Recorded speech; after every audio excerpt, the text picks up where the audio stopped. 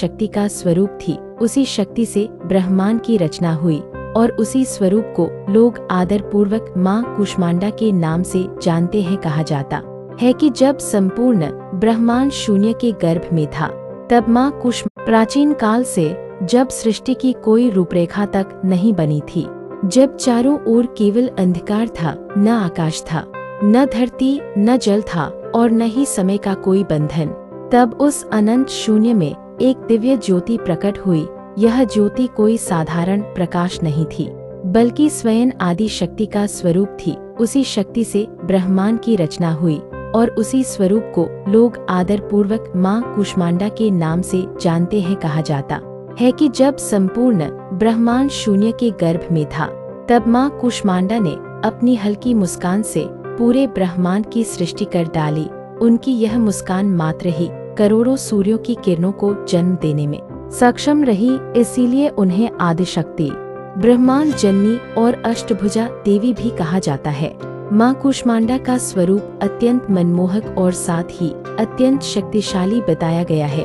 उनके 8 भुजाओं में विभिन्न प्रकार के अस्त्र शस्त्र और वरदायिनी मुद्रा रहती है। वे सिंह की सवारी करती हैं और उनके मुखमंडल पर सदैव एक दिव्य आभा छाई रहती है। उनका नाम ही उनके स्वरूप का बखान करता है।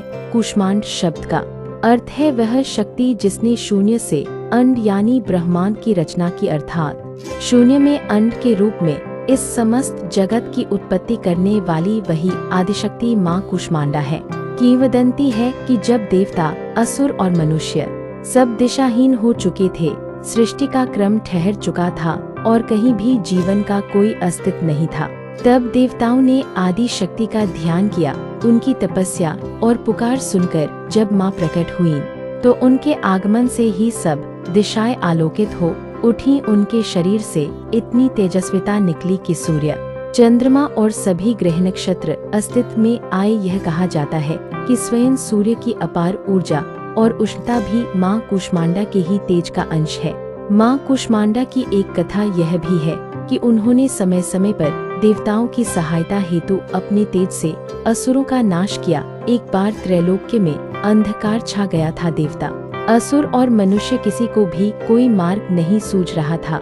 उस समय माँ ने अपने दिव्य हास्य से समस्त सृष्टि का प्रकाश पुनः प्रज्वलित किया, इसीलिए उन्हें हास्य से ब्रह्मांड की रचना करने वाली कहा जाता है। नवरात्रि का चौथा दिन माँ कूष्मांडा की उपासना के लिए समर्पित है। इस दिन भक्त सुबह स्नान कर शुद्ध वस्त्र धारण करते हैं और माँ की मूर्ति या चित्र स्थापित कर उनकी